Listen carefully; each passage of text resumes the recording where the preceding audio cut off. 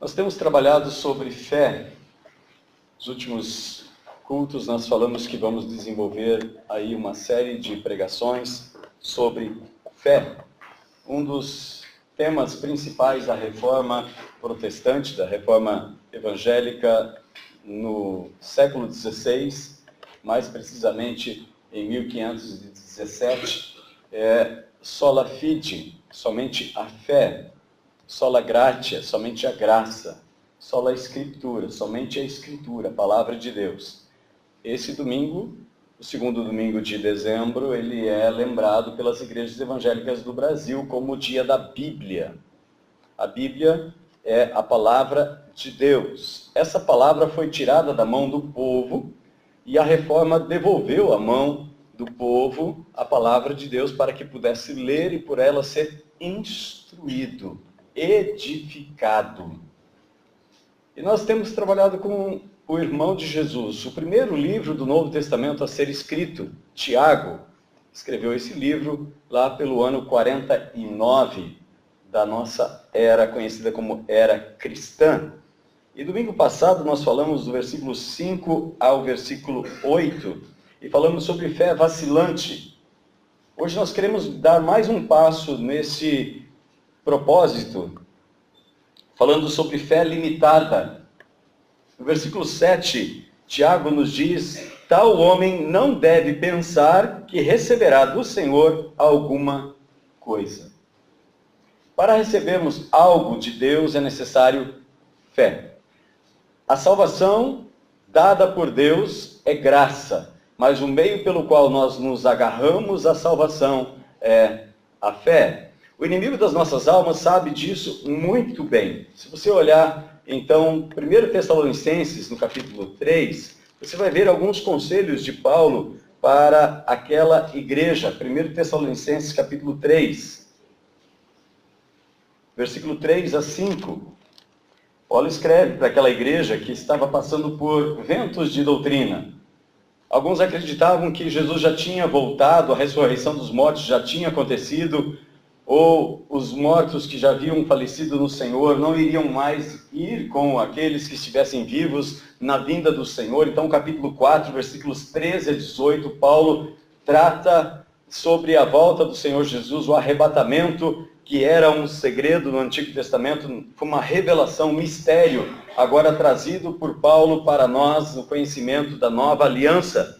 E ele diz assim, a partir do versículo 2, podemos ler o versículo 2, capítulo 3, 1 Tessalonicenses, diz assim: enviamos Timóteo, nosso irmão e ministro de Deus, do Evangelho de Cristo, para vos fortalecer e vos dar ânimo na fé, para que ninguém fraqueje diante dessas tribulações, porque bem sabeis que fomos destinados para isso, para tribulações.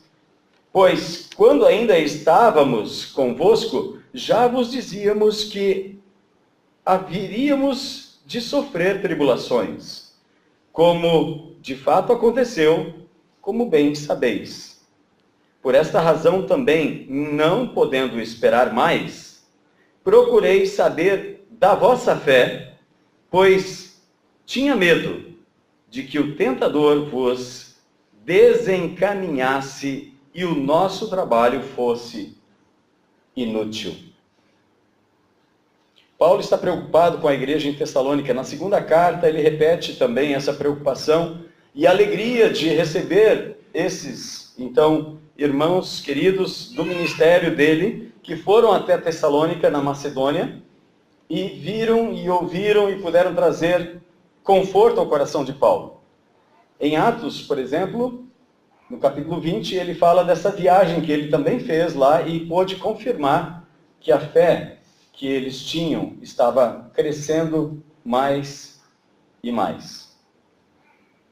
Noutra carta de Paulo, agora à igreja em Éfeso, te convido então a voltar algumas páginas para o livro de Efésios, Efésios capítulo 3.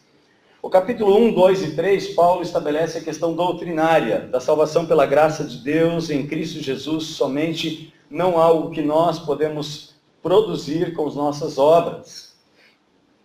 E ele encerra o capítulo 3 com uma oração. Versículo 14 ao versículo 21, ele ora da seguinte forma, Efésios capítulo 3, verso 14 a 21. Por esta razão dobro meus joelhos perante o Pai, de quem toda a família nos céus e na terra recebe o nome, para que, segundo as riquezas da sua glória, vos conceda que sejais interiormente fortalecidos com o poder pelo seu Espírito Santo, e que Cristo habite pela fé em vosso coração, a fim de que, arraigados e fundamentados em amor, vos seja possível compreender, juntamente com todos os santos, a largura, o comprimento, a altura e profundidade deste amor, e assim conhecer este amor de Cristo, que excede todo entendimento, para que sejais preenchidos até a plenitude de Deus. Àquele que é poderoso para fazer bem mais todas as coisas, além do que pedimos ou pensamos, pelo poder que age em nós. A Ele seja glória na Igreja e em Cristo Jesus, por todas as gerações, para todos sempre. Amém. O versículo 20, ele serve de base para a nossa reflexão sobre fé limitada. No versículo 18, Paulo diz que o amor de Deus é ilimitado, e nós podemos compreender este amor. Mas a fé também, ela deve ser aumentada, e esta fé age em nós. Ele diz, aquele que é poderoso para fazer infinitamente mais do que pedimos ou pensamos, pelo seu poder que age em nós. Ora, aquele que é poderoso para fazer infinitamente mais do que tudo quanto pedimos ou pensamos, conforme o seu poder que opera ou que age em nós. Repita comigo essa frase. O poder de Deus age em mim. Quando Satanás ele nos ataca, ele não nos ataca na nossa família, ele não ataca a nossa saúde, ele não ataca nossas finanças, nossa confiança. Ele quer atacar a nossa fé. E para desestabilizar a fé, ele vai atacar, então, saúde, ele vai atacar aqueles que nós amamos, ele vai atacar o nosso nome, ele vai tentar atacar de todas as formas, em todos os lugares, para nos destruir na fé. Jesus disse que ele tem uma agenda: roubar, matar e destruir. Nós não precisamos defender a fé. O capítulo 6, por exemplo, se você olhar de Efésios, quando Paulo está falando no versículo 12 em diante que a nossa luta não é contra a carne e contra o sangue, sim contra principados e potestades nas regiões celestiais, ele diz lá no versículo 16, usando principalmente o escudo da fé, com o qual podereis apagar todos os dardos em chamas do maligno. Nós não defendemos o escudo, é o escudo que nos defende.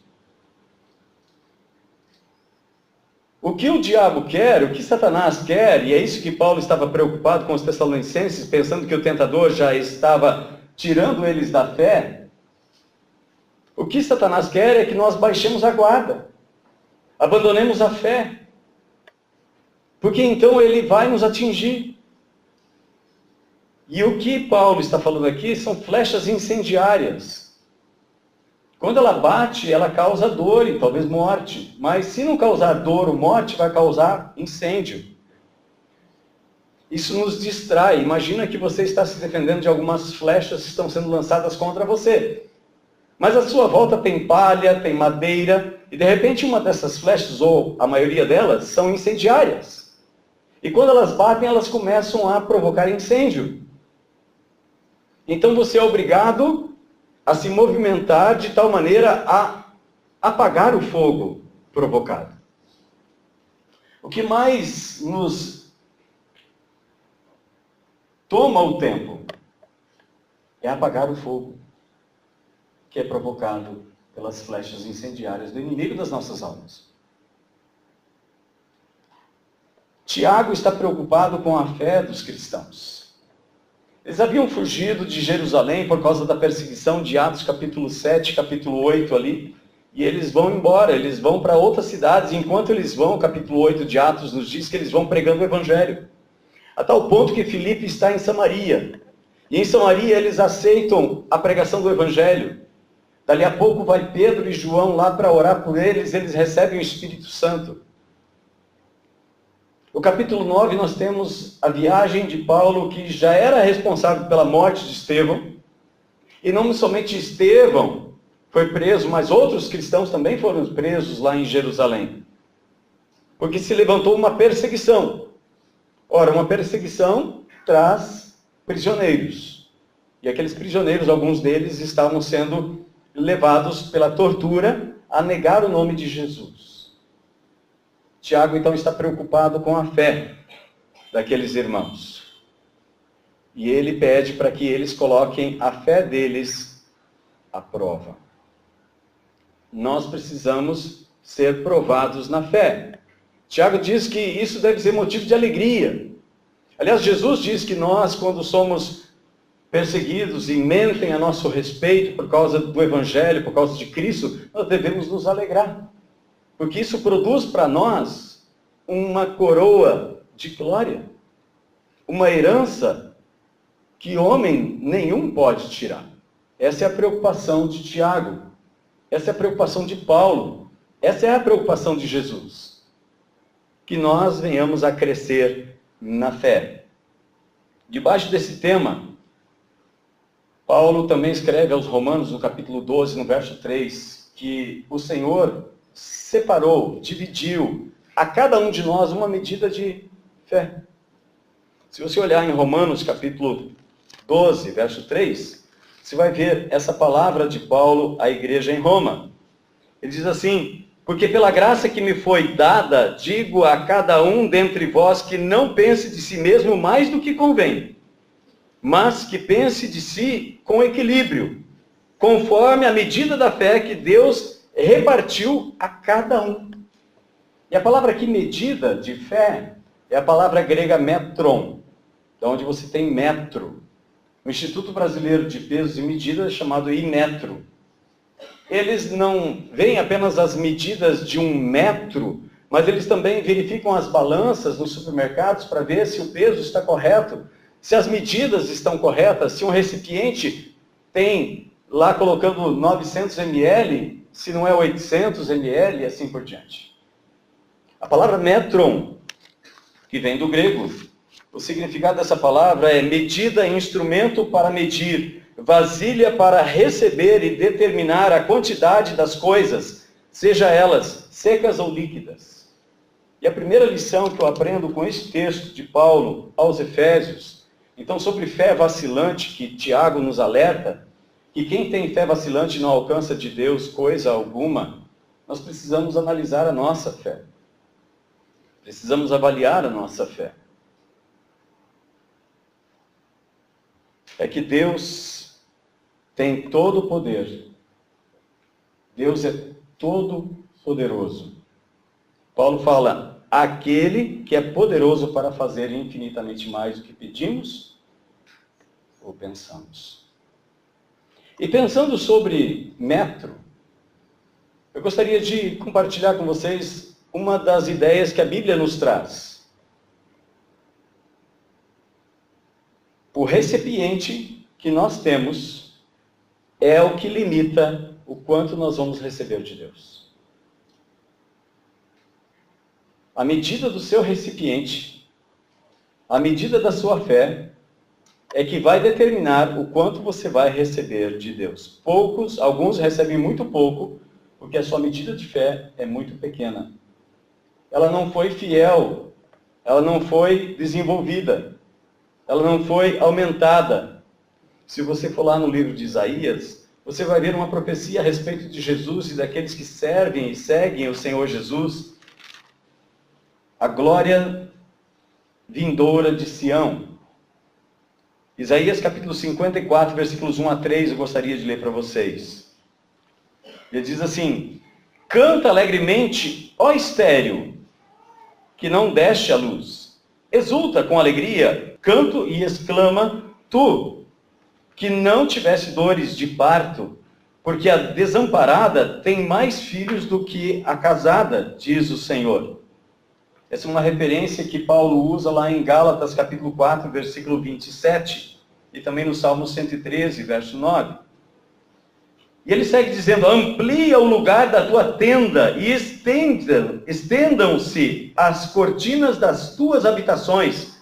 Não o impeças, estica as tuas cordas e firma bem as tuas estacas, porque transbordarás para a direita e para a esquerda, e os teus descendentes possuirão as nações e povoarão as cidades devastadas. Deus nos diz que a fé pode ser aumentada. Quando Jesus chamava a atenção dos seus discípulos, ele chamava a atenção dos seus discípulos por causa da pequenez da fé deles. Jesus o tempo todo está dizendo para eles que eles precisam aumentar a sua fé. A ponto de um Pedro andar sobre a água e depois, quando começa a afundar, Jesus diz: por que você duvidou? Homem de pequena fé. Deus deseja que você tenha uma fé crescente. Deus deseja que você aumente a sua fé. Porque Ele é glorificado. Ele já nos separou. Ele já nos comprou. Efésios 2, versículo 6, nos diz que Ele já nos fez assentar nas regiões celestiais em Cristo. Então, quando nós invocamos o nome de Jesus, nós estamos sentados nas regiões celestiais. E neste ambiente espiritual, nós estamos em guerra, em batalha. Quando Judas escreve o seu livro, apenas de 25 versículos, ele diz no versículo 3, eu tinha muita coisa para escrever para vocês, mas eu queria escrever para vocês algo muito importante. Se você olhar lá em Judas, é o último livro antes do livro de Apocalipse. Apenas 25 versículos Judas escreve nesse texto. Ele diz no versículo 3, amados, enquanto me empenhava para vos escrever acerca da salvação que nos é comum, senti a necessidade de vos escrever, exortando-vos a lutar pela fé, entregue aos santos de uma vez por todas. Repita comigo. O poder de Deus age em mim. A fé foi entregue a mim. O que eu estou fazendo da minha fé? Jesus conta algumas parábolas e numa delas ele diz que a um ele deu 5 talentos, a outro ele deu 2 e a outra ele deu 1. Esse último foi e enterrou o seu talento. Ele não se apresentou diante do Senhor quando veio para o dia do juízo de mãos vazias, mas era apenas o que ele já tinha recebido. Ele não aumentou a sua fé. Ele não progrediu na fé. Deus não nos chamou para sermos apenas alguém que ouviu o Evangelho, aceitou o Evangelho e morreu no Evangelho. Mas alguém que ouviu o Evangelho, foi transformado pelo Evangelho, cresceu no Evangelho, estabeleceu o reino de Deus na terra, seguindo a ordem de Jesus. Venha o teu reino. Nós somos embaixadores do reino. O nosso avanço às cidades vizinhas, a bairros vizinhos, levando o Evangelho do Senhor Jesus, é conquista de território para o nosso Senhor e Rei. Nós somos embaixadores em nome do Senhor Jesus. Deus já depositou essa fé em você. Sabe quem é que limita? Somos nós. Uma história escrita lá no Antigo Testamento, quando o profeta Eliseu estava no ministério. Eliseu tinha alguns discípulos. Eliseu foi discípulo de Elias. A Bíblia nos diz que ele lavava os pés de Elias. Ele seguia Elias de perto. E de repente Elias é levado ao céu. Abra lá em 2 Reis, segundo livro dos Reis, capítulo 4. Você tem a história de uma mulher, de uma viúva, de um desses discípulos de Eliseu. 2 Reis, capítulo 4. Diz assim o texto. Uma das mulheres dos seguidores dos profetas, gritou a Eliseu: meu marido, teu servo, morreu. E tu sabes que o teu servo temia o Senhor. Agora o credor acaba de chegar para levar meus 2 filhos para serem escravos. Eliseu lhe perguntou: que farei em teu favor? Dize-me o que tens em casa. Ela disse: tua serva não tem nada em casa a não ser uma vasilha de azeite. Ele lhe disse: vai, pede emprestadas vasilhas a todos os teus vizinhos. Vasilhas vazias, não poucas. Depois entra com os teus filhos e fecha a porta. Coloca o azeite em todas essas vasilhas e separa a vasilha que estiver cheia. Então ela se foi e entrou em casa com seus filhos e fechou a porta. Eles lhe traziam as vasilhas e ela os enchia, ou as enchia. Quando as vasilhas ficaram cheias, ela disse ao filho: trazei-me mais uma vasilha. Mas ele respondeu: não há mais vasilha alguma. Então o azeite parou. Então ela foi e contou ao homem de Deus. Ele disse: vai, vende o azeite, paga a tua dívida, e tu e teus filhos vivereis do que sobrar. O azeite parou de verter quando as vasilhas terminaram.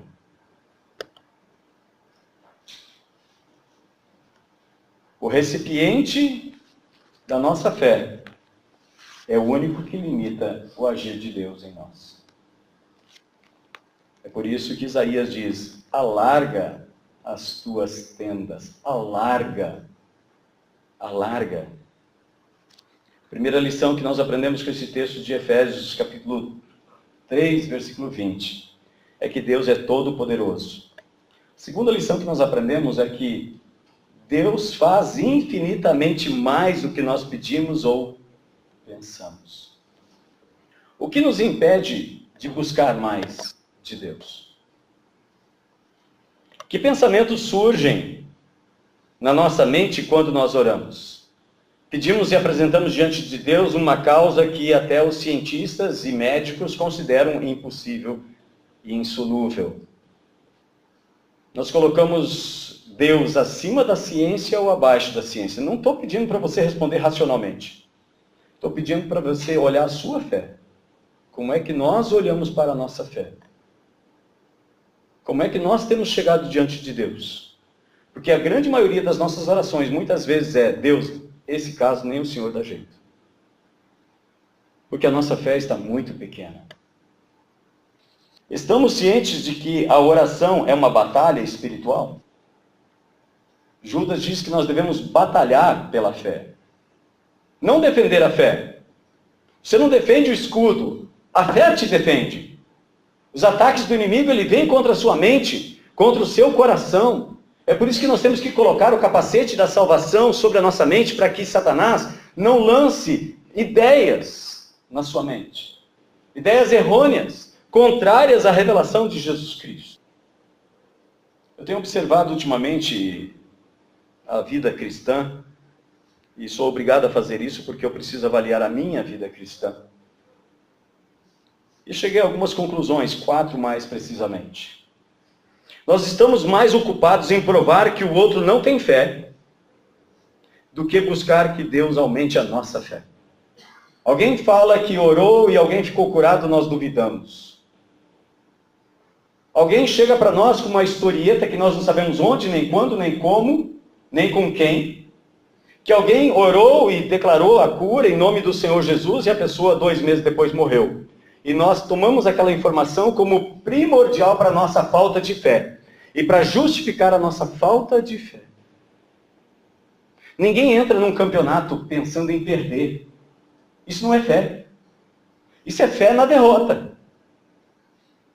Incredulidade é fé na derrota. Nós somos peritos em espalhar incredulidade em lugar de sermos mensageiros de fé. somos peritos em espalhar incredulidade do que sermos mensageiros de fé. Terceira conclusão que eu chego, olhando e analisando essas questões. Para confortar a nossa fé e a nossa falta de fé, nós dizemos que estamos lutando em defesa da fé.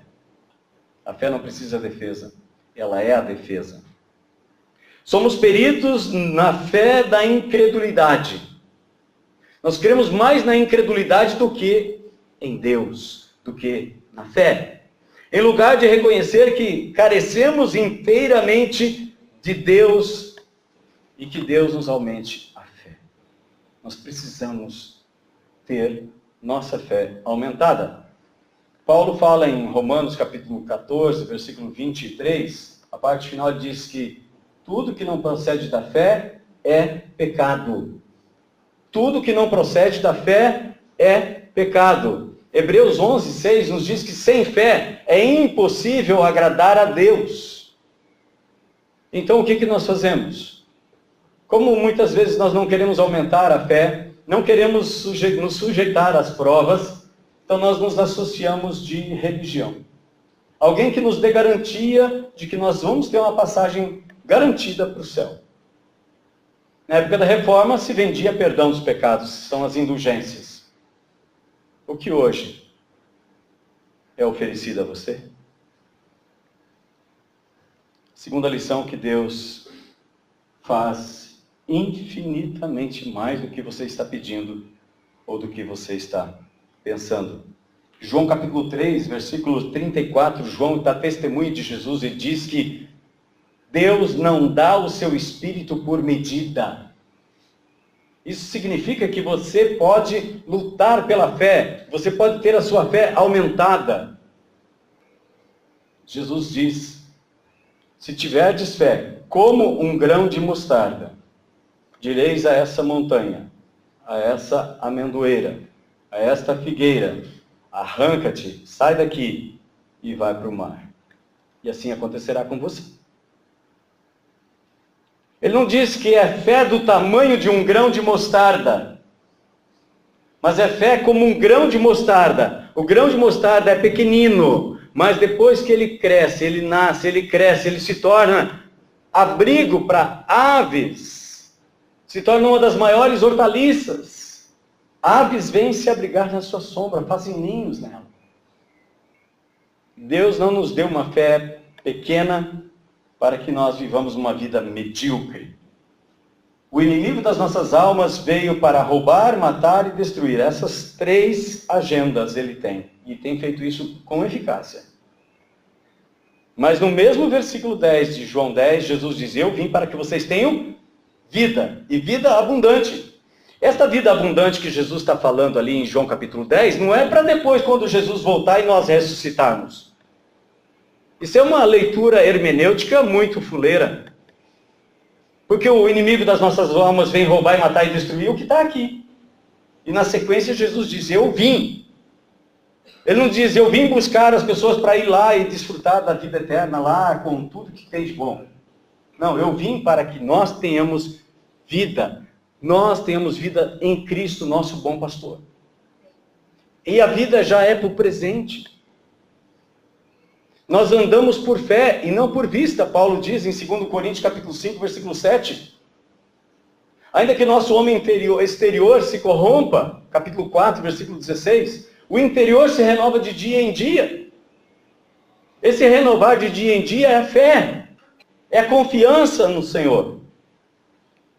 No Antigo Testamento, o povo de Israel foi exilado por 70 anos. E passaram-se mais de 120 anos. Passou-se mais de 120 anos e o muro de Jerusalém continuava ainda destruído. O templo não estava edificado.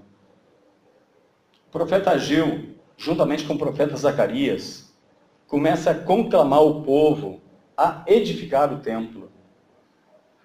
Ele diz, como é que vocês podem morar em casa luxuosa se a minha casa está em cinza, está destruída, é um monturo? Como é que nós podemos nos vestir bem por fora se nós não estamos bem vestidos por dentro? Na antiga aliança, o símbolo da presença de Deus era o templo em Jerusalém. Mas na nova aliança, O símbolo da presença de Deus é você. É por isso que eu pedi para você repetir. Poder de Deus que age em mim. É o poder de Deus que age em mim. É a fé que foi dada a você e a mim. É por isso que nós temos que lutar.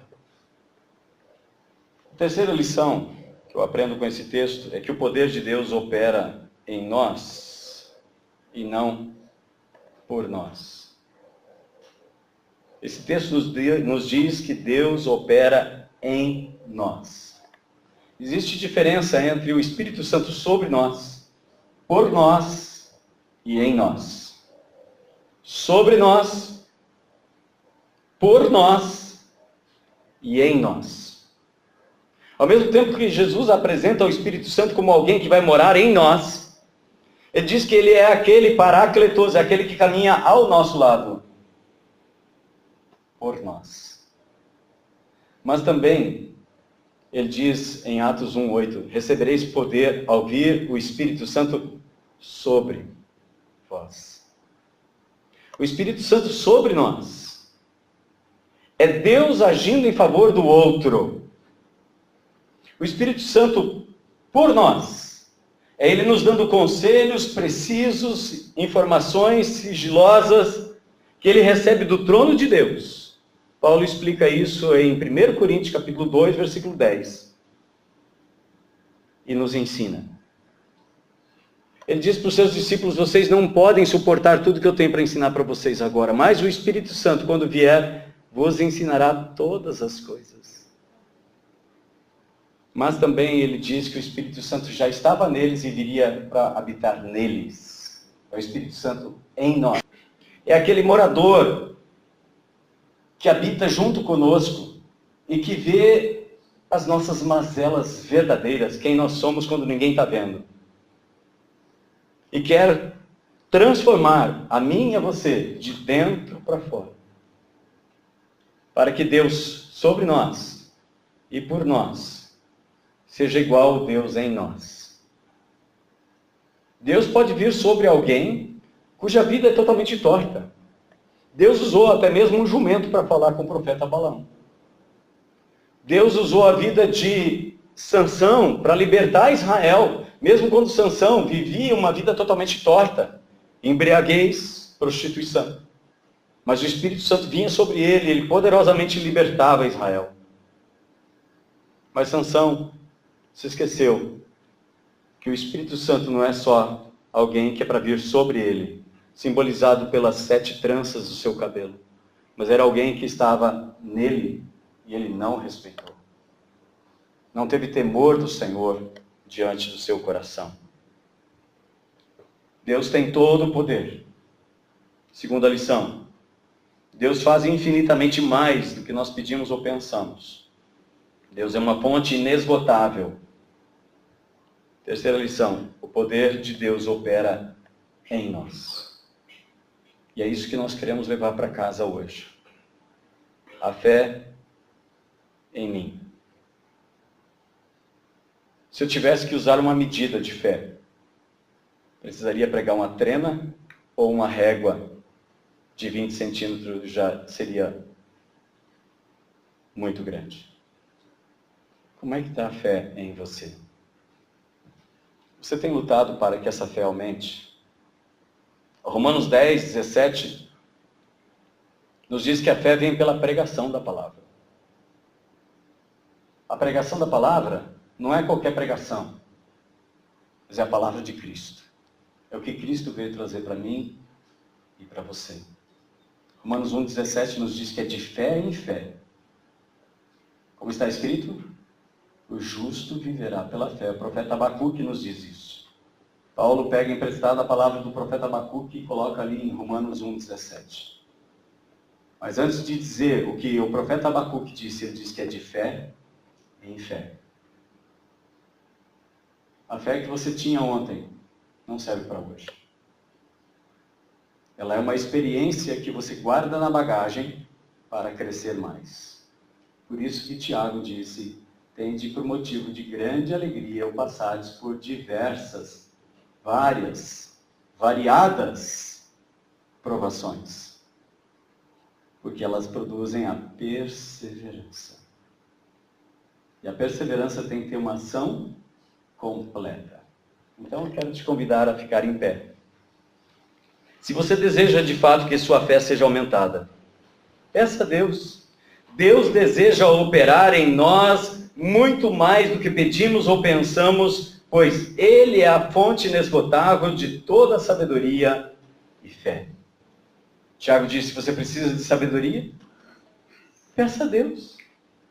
Ele já deu uma medida de fé para você.